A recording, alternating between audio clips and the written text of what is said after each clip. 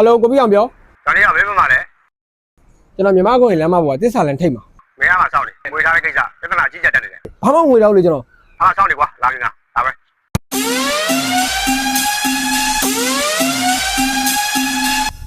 အဲ့မင်းလားကားပေါ်တယ်ရ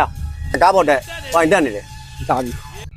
မင်းကဘုံမင်းအောင်လန်103လမ်းထိပ်ကတဲထဲသွားသူမှာမင်းငွေထားတဲ့ကိစ္စဝိုင်အကြီးကျယ်တက်နေတယ်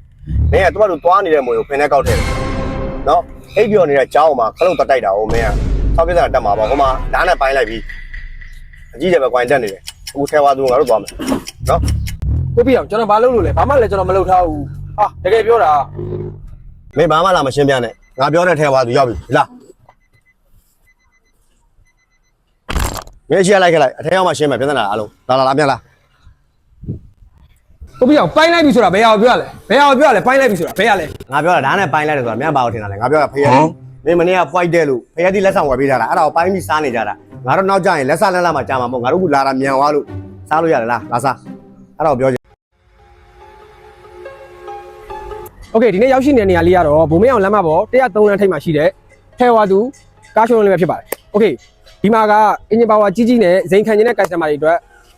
အမျိုးအစားစုံနေဆိုတာတနေရာထဲမှာမျက်မြင်ကြည့်ရှုပြီးတော့လာရောက်ဝယ်ယူပြီးအားပေးနိုင်တယ်လို့ငွေစဉ်အလဲထက်လည်းပြုလုပ်လို့ရတယ်အဲ့တော့မင်္ဂလာတောင်ညို့ကိုလာမယ်ဆိုလို့ရှိရင်ထဲဝါသူကိုလှမ်းလာခဲ့ဖို့ဖိတ်ခေါ်ပါတယ်ဆက်သွယ်မယ့်ဖုန်းနံပါတ်က09440 986ဆက်သွယ်ပြီးတော့အသေးစိတ်မေးလို့ရတယ်ထဲဝါသူကနေပြီးတော့ TikTok အကောင့်ကနေပြီးတော့လည်းလိုချင်တဲ့ကားလေးတွေကိုဂျော်နီနောက်ဆုံးမှာဗီဒီယိုထဲမှာထည့်ပေးမယ်ရှိတဲ့ကားလေးတွေကိုပြပေးမယ်လိုချင်တဲ့ကားလေးတွေကိုဆက်သွယ်ပြီးတော့ဝယ်ယူအားပေးနိုင်ပါတယ်โอเคနောက်ဗီဒီယိုမှာတွေ့မယ်တလား